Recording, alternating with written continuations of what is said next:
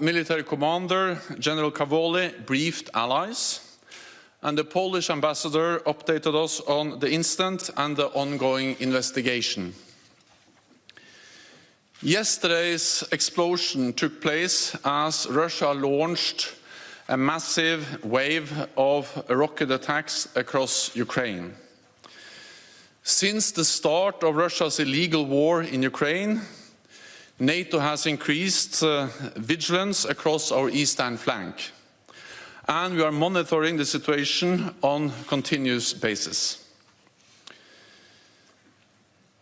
An investigation into this incident is ongoing, and we need to await its outcome. But we have no indication that this was the result of a deliberate attack. And we have no indication that Russia is preparing offensive military actions against NATO. Our preliminary analysis suggests that the incident was likely caused by a Ukrainian air defense missile fired to defend Ukrainian territory against Russian cruise missile attacks. But let me be clear, this is not Ukraine's fault. Russia bears ultimate responsibility as it continues its illegal war against Ukraine. In the meeting today, NATO allies offered their deepest condolences on the tragic loss of life. They expressed their strong solidarity with our valued ally Poland and made clear that we will continue to support Ukraine in its right to self-defense. Russia must stop this senseless war. Last night I spoke with the Polish President Andrzej Duda and with US President Joe Biden. We agreed that we need to stay vigilant, calm, and closely coordinated.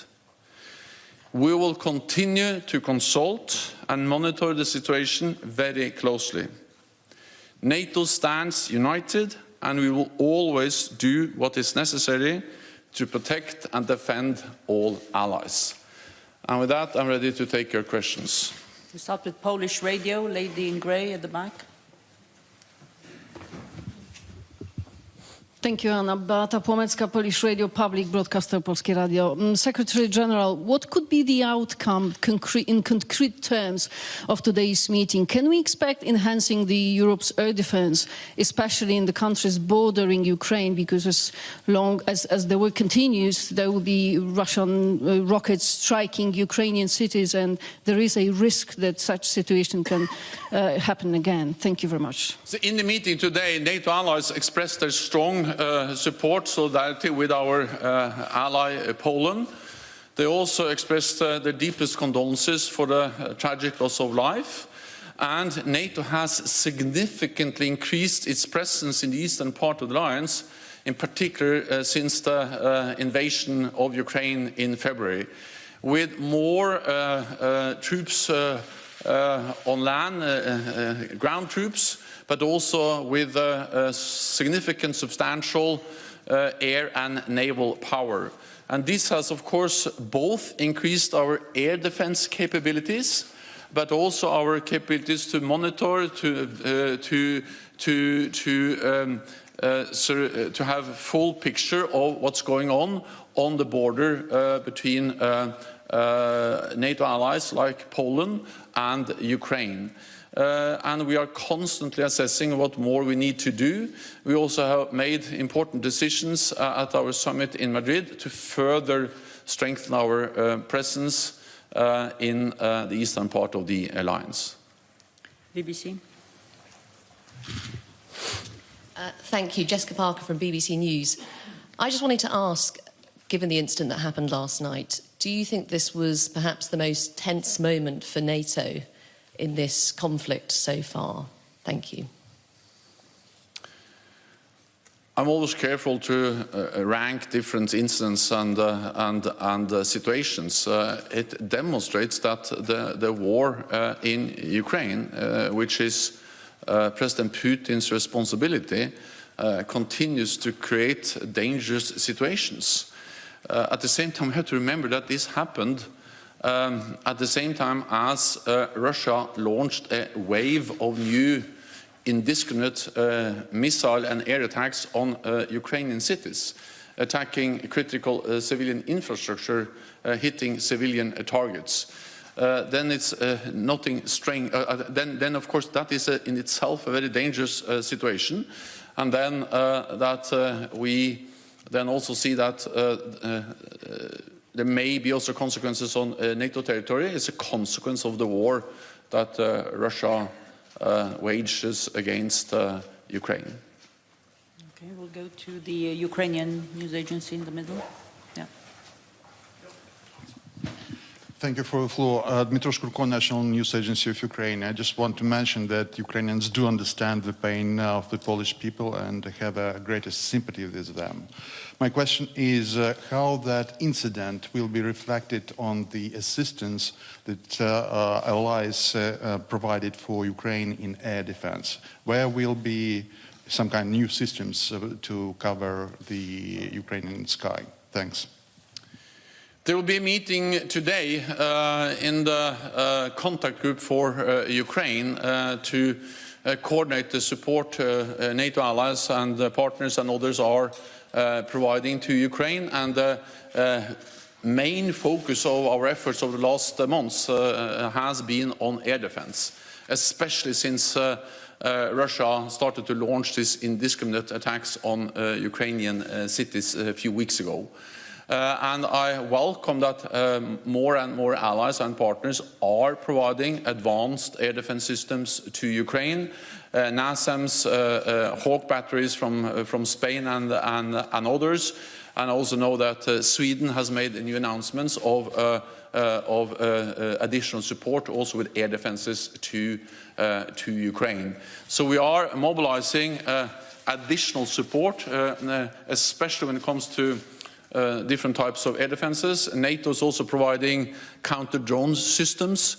We need many different systems to protect against cruise missiles, ballistic missiles, but also drones. And we need a layered defense of Ukraine. That's exactly what the allies are providing in different ways. Bloomberg. Natalia Drozdyak from Bloomberg. Does this incident, will this spur more air defense for allies on the eastern border? I know you said there has been a step up since the beginning of the war, but does more need to be done? Thank you. So we are constantly assessing our presence in the eastern part of the alliance. We have significantly increased our presence on land, at sea and in the air, and that has significantly increased our air defense capabilities, especially in the eastern part of the alliance. At the same time, we have no indication that this incident was a result of a deliberate attack on NATO territory. And we have no indications that Russia is planning offensive military actions against NATO allies. So I think this demonstrates the dangers connected to the ongoing war in Ukraine, but it hasn't changed our fundamental assessment of the threat against NATO allies. It shows the importance of monitoring, of being vigilant of the presence, and we made decisions for long-term adaptation of NATO's deterrence and defense at the summit in Madrid in June, and that includes partly more presence in the east, partly more pre-positioned equipment, in particular in the eastern part of the alliance, and partly earmarked forces so we can quickly scale up the battle groups we have in the eastern part of the alliance. And of course, all of this will also further strengthen our air defense capabilities. Then air defense is partly land-based, but air defense is also very often air-based, also aircraft, and naval-based, based on our ships.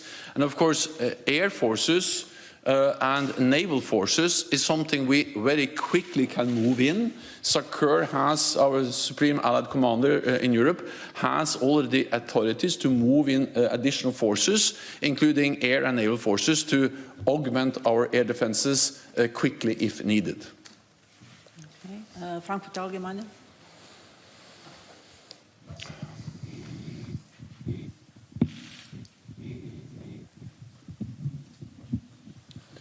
Thanks a lot, Thomas Gutschka, Frankfurt Allgemeine Zeitung. Secretary General, a few factual questions, if I may. First of all, the debris found near the border of Poland and Ukraine, is this debris only from a Ukrainian rocket launched to intercept a Russian missile, or is there also debris of a Russian missile? Secondly, what was the likely trajectory of the Russian missile that was meant to intercept by Ukraine? And thirdly, did NATO forces present at the eastern flank activate their air defense systems yesterday because they saw an incoming, potentially incoming missile? Thank you. So we have air defense systems in place that are active 24/7 all the time. We have AWACS planes, we have aircraft, we have land-based systems, and we have naval-based systems. So we have air defenses which operates constantly throughout the alliance. Then, of course, we have a significant focus, and we have, in particular, increased our presence in the eastern part of the alliance, and this also includes Poland. Then, on the details of the findings and the ongoing investigation, it will not be right if I go into those details, but as I said, our preliminary findings are that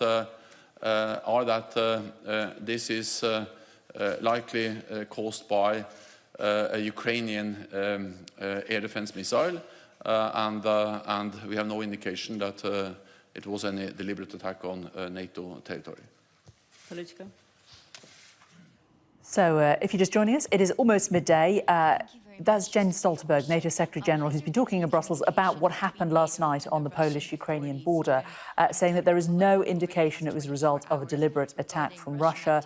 Most likely, he said, a Ukrainian air missile defense missile that came down.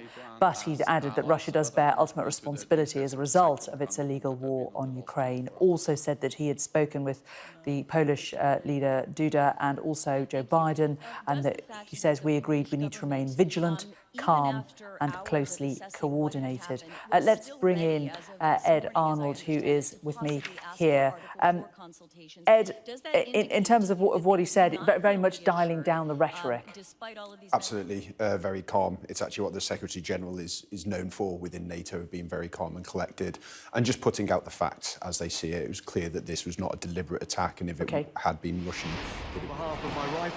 Sorry, Ed, to cut across you. We're going to take you across to Prime Minister's questions. Not quite Prime Minister's questions. Deputy Prime Minister Dominic Raab taking the stand. In Poland yesterday, that we reaffirm our solidarity with Poland, we express our condolences with the victims, and we're working with our